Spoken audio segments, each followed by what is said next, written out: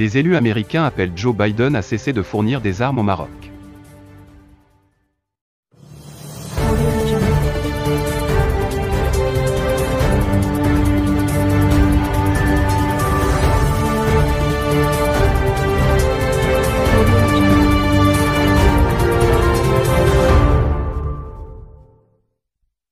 Dans une récente correspondance adressée au président des États-Unis Joe Biden, les membres du Congrès américain Sarah Jacobs et Colin Allred appellent son administration à faire respecter le droit du peuple sahraoui et à cesser de fournir des armes au Maroc.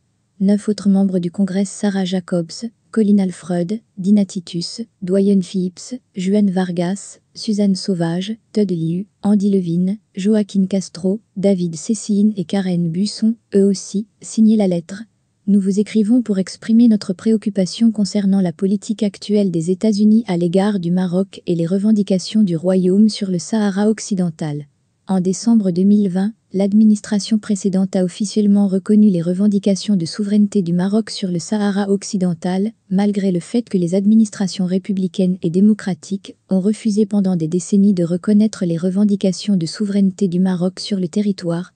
À la suite de ce renversement de politique, les États-Unis sont désormais le seul pays à reconnaître officiellement les revendications du Maroc qui sont incompatibles avec le droit international et le droit internationalement reconnu à l'autodétermination, écrivent ces élus américains dans la correspondance adressée à l'actuel locataire de la Maison-Blanche.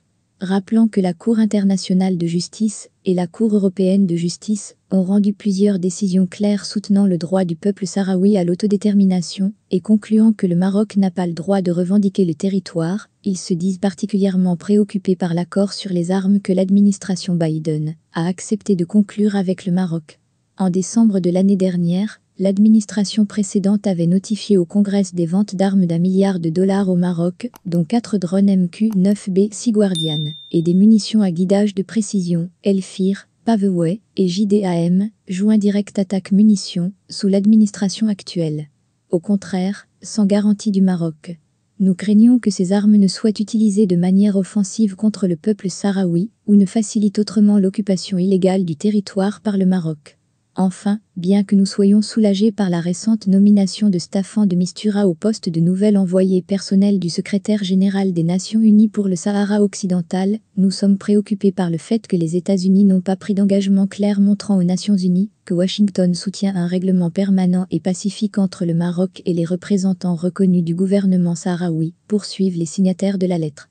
Ils exhortent l'administration Biden à ne conclure aucun accord d'armement majeur ou offensif avec le Maroc.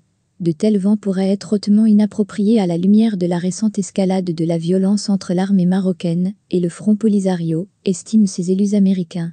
Les armes ne seront pas utilisées contre le peuple sahraoui et aucun progrès n'est réalisé concernant un référendum politique et un accord de paix final pour le Sahara occidental.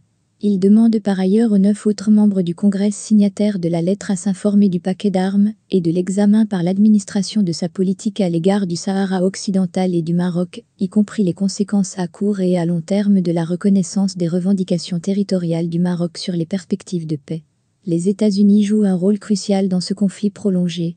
Nous espérons que cela permettra au peuple sahraoui de vivre dans la liberté, la dignité et la paix, et lui permettra d'exercer son droit inaliénable à l'autodétermination.